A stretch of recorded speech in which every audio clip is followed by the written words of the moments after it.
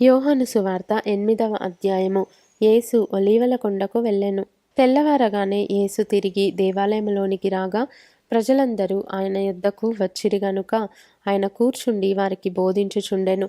శాస్త్రులను పరిసయ్యులను వ్యభిచారమందు పట్టబడిన ఒక స్త్రీని తోడుకొని వచ్చి ఆమెను మధ్య నిలువబెట్టి, బోధకుడా, ఈ స్త్రీ వ్యభిచారము చేయుచుండగా పట్టబడెను. అట్టి వారిని రాళ్ళు రువ్వి చంపవలెనని ధర్మశాస్త్రములో మోషే మనకు ఆజ్ఞాపించెను గదా, అయినను నీవేమి చెప్పుచున్నావని ఆయననడిగిరి. ఆయన మీద నేరము మోపవలెనని ఆయనను శోధించుచు ఈలాగున అడిగిరి. అయితే యేసు వంగి నేల మీద వ్రేలితో ఏమో వ్రాయుచుండెను. వారాయనను పట్టువదలక అడుగుచుండగా ఆయన తల ఎత్తి చూచి, మీలో పాపం లేనివాడు మొట్టమొదట ఆమె మీద రాయి వేయవచ్చునని వారితో చెప్పి మరల వంగి నేల మీద వ్రాయుచుండెను. వారా మాట విని పెద్దవారు మొదలుకొని చిన్నవారి వరకు ఒకని వెంట ఒకడు బయటికి వెళ్ళిరి. యేసు ఒక్కడే మిగిలెను. ఆ స్త్రీ మధ్యను నిలువబడి ఉండెను. యేసు తల ఎత్తి చూచి, అమ్మా, వారెక్కడ ఉన్నారు? ఎవరునూ నీకు శిక్ష విధింపలేదా అని అడిగినప్పుడు ఆమె, లేదు ప్రభువా అనెను. అందుకు యేసు, నేనును నీకు శిక్ష విధింపను. నీవు వెళ్ళి ఇక పాపము చేయకుమని ఆమెతో చెప్పెను. మరలా యేసు, నేను లోకమునకు వెలుగును. నన్ను వెంబడించువాడు చీకటిలో నడువక జీవపు వెలుగు కలిగి యుండునని వారితో చెప్పెను. కాబట్టి పరిసయ్యులు, నిన్ను గూర్చి నీవే సాక్ష్యము చెప్పుకొనుచున్నావు, నీ సాక్ష్యము సత్యము కాదని ఆయనతో అనగా, యేసు, నేను ఎక్కడ నుండి వచ్చి తినో ఎక్కడికి వెళ్ళుదునో నేనెరుగుదును గనుక నన్ను గూర్చి నేను సాక్ష్యము చెప్పుకొనినను నా సాక్ష్యము సత్యమే. నేను ఎక్కడ నుండి వచ్చుచున్నానో ఎక్కడికి వెళ్ళుచున్నానో మీరు ఎరుగరు. మీరు శరీరమును బట్టి తీర్పు తీర్చుచున్నారు. నేనెవరికిని తీర్పు తీర్చను. నేను ఒక్కడనై ఉండక నేనును నన్ను పంపిన తండ్రియు కూడా నున్నాము గనుక నేను తీర్పు తీర్చినను నా తీర్పు సత్యమే. మరియు ఇద్దరు మనుషుల సాక్ష్యము సత్యమని మీ ధర్మశాస్త్రములో వ్రాయబడి ఉన్నది కదా. నన్ను గూర్చి నేను సాక్ష్యము చెప్పుకొని వాడను.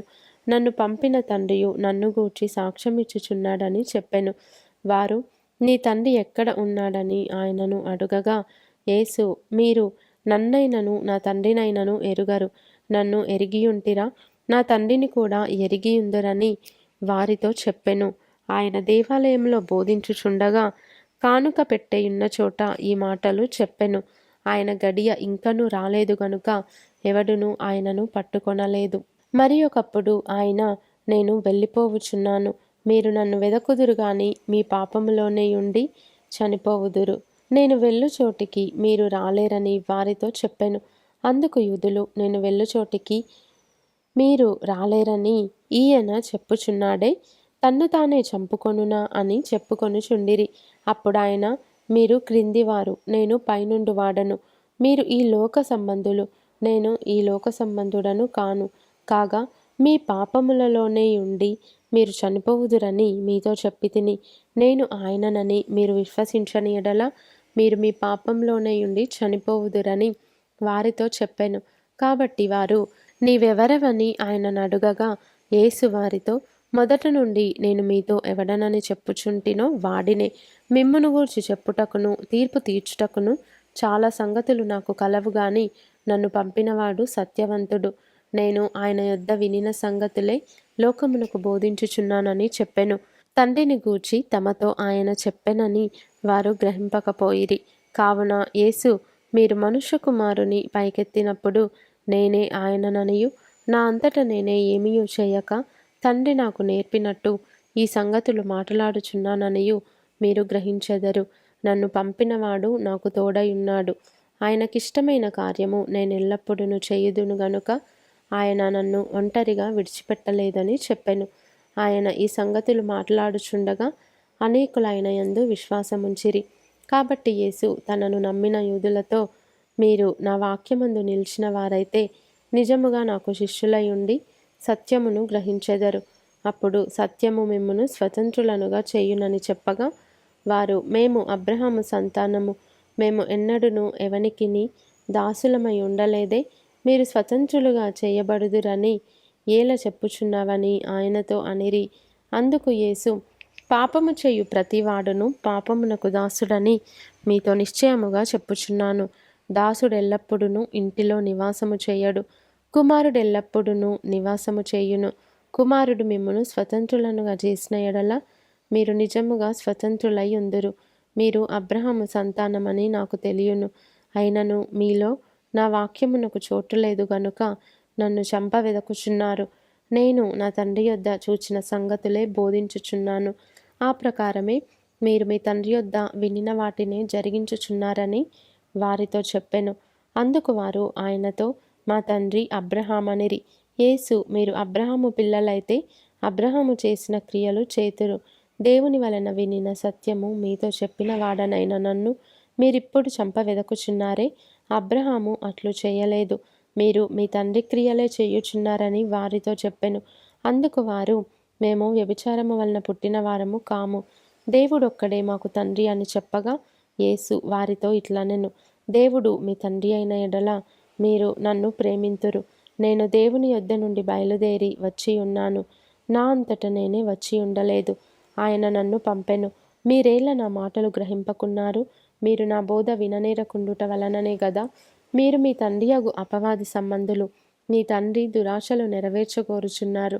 ఆది నుండి వాడు నరహంతకుడై ఉండి సత్యమందు నిలిచినవాడు కాడు, వాని అందు సత్యమే లేదు. వాడు అబద్ధమాడునప్పుడు తన స్వభావము అనుసరించియే మాటలాడును. వాడు అబద్ధికుడును, అబద్ధమునకు జనకుడునై ఉన్నాడు. నేను సత్యమునే చెప్పుచున్నాను గనుక మీరు నన్ను నమ్మరు. నాయందు పాపమున్నదని మీలో ఎవడు స్థాపించును? నేను సత్యము చెప్పుచున్న ఎడల మీరెందుకు నన్ను నమ్మరు? దేవుని సంబంధి అయిన వాడు దేవుని మాటలు వినును. మీరు దేవుని సంబంధులు కారు గనుకనే మీరు వినరని చెప్పెను. అందుకు యూదులు, నీవు సమరయుడవును, దయ్యము పట్టిన వాడవును అని మేము చెప్పు మాట సరియే గదా అని ఆయనతో చెప్పగా, యేసు, నేను దయ్యము పట్టిన వాడను కాను, నా తండ్రిని గనపరచువాడను. మీరు నన్ను అవమానపరచుచున్నారు. నేను నా మహిమను వెదకుటలేదు. వెదకుచు తీర్పు తీర్చుచు ఉండువాడొకడు కలడు. ఒకడు నా మాట గైకొనిన ఎడల వాడెన్నడును మరణము పొందడని మీతో నిశ్చయముగా చెప్పుచున్నానని ఉత్తరమిచ్చెను. అందుకు యూదులు, నీవు దయ్యము పట్టిన వాడవని ఇప్పుడెరుగుదుము. అబ్రహామును ప్రవక్తలును చనిపోయిరి.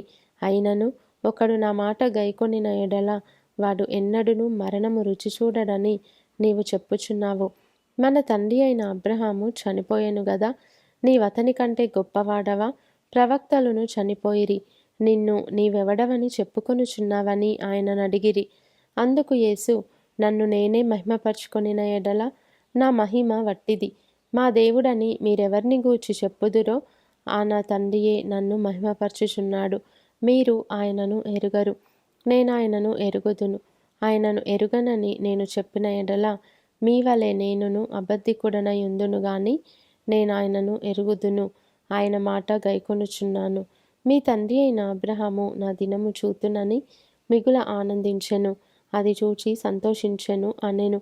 అందుకు యూదులు, నీకింకను 10 సంవత్సరములైన లేవే, నీవు అబ్రహామును చూచితివా అని ఆయనతో చెప్పగా, యేసు, అబ్రహాము పుట్టక మునుపే నేను ఉన్నానని మీతో నిశ్చయముగా చెప్పుచున్నాననెను. కాబట్టి వారు ఆయన మీద రువ్వుటకు రాళ్ళు ఎత్తిరి గాని యేసు దాగి దేవాలయంలో నుండి బయటికి వెళ్ళిపోయెను.